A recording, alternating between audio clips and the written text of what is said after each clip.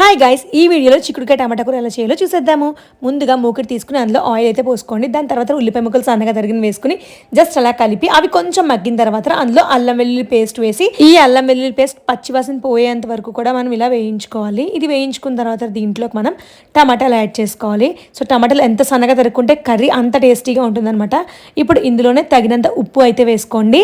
And ఉప్పు వేసుకున్న తర్వాత దీన్ని మూత పెట్టేసి అట్లా మగ్గించండి. కొంచెం మగ్గింది అనిపించినప్పుడు ఉడకపెట్టిన చిక్కుడుకాయలు అయితే మనం ఇట్లా ఇందులో వేసుకుని కలుపుకోవాలి.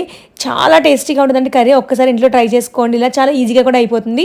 దీంట్లో కొంచెం నీళ్ళు వేసి మనం దాన్ని మూత పెట్టేసి మగ్గించుకోవాలన్నమాట. ఎంత బాగా మగ్గితే అంత బాగుంటుంది కూర అనేది. అలాగే ఇందులోనే కారం, పసుపు, ధనియాల పొడి వేసి బాగా కలిపి కొంచెంసేపు మూత పెట్టేసి అట్లా ఉంచేయండి.